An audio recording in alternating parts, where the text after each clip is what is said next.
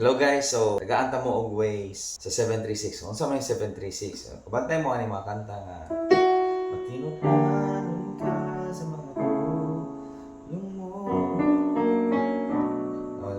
Mga kanta nga or man ka sa mga pulong mo. So ay mga nga kanta padong sa 6 basta anything nga padong sa 6. So pwede na ninyo magamit. Kanta sa key of D. So, ang atong example song is Matinud-anon ka. Matinud-anon ka.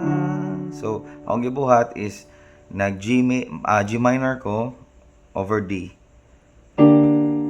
So, ako lang yan na instead nga or so akong G over G minor.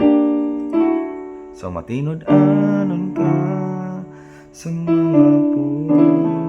Kung gibuhat din kaya ako lang inversion na siya sa A. Pero ako lang gibutahan og B.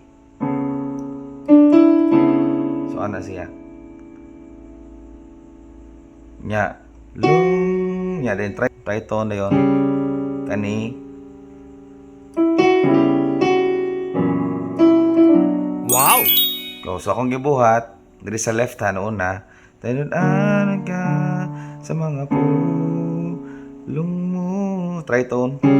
Yan dayon F major ra. F major actually ana ra.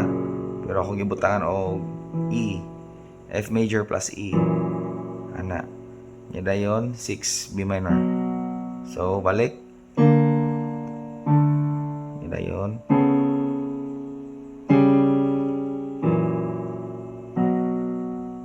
dire po sa to kamot, tinud-anon ka dira sa mga da A dayon inversion ra sa A ni rin ka anak ko. So ang gibuhat dire E minor ani pero kuan siya second inversion ani siya, so gibalin ako dire ang kining kinatumyan dire. So ana siya E minor dayon kanirang duha. So, B og C sharp ra.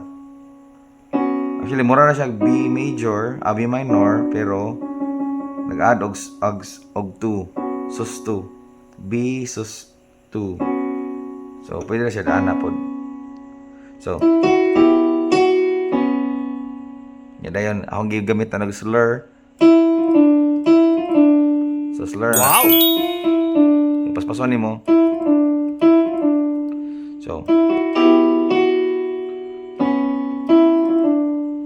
So, kung all in all, matinud-anon ka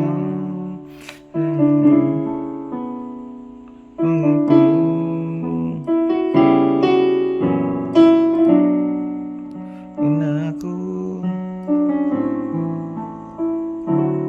So, mato. Okay.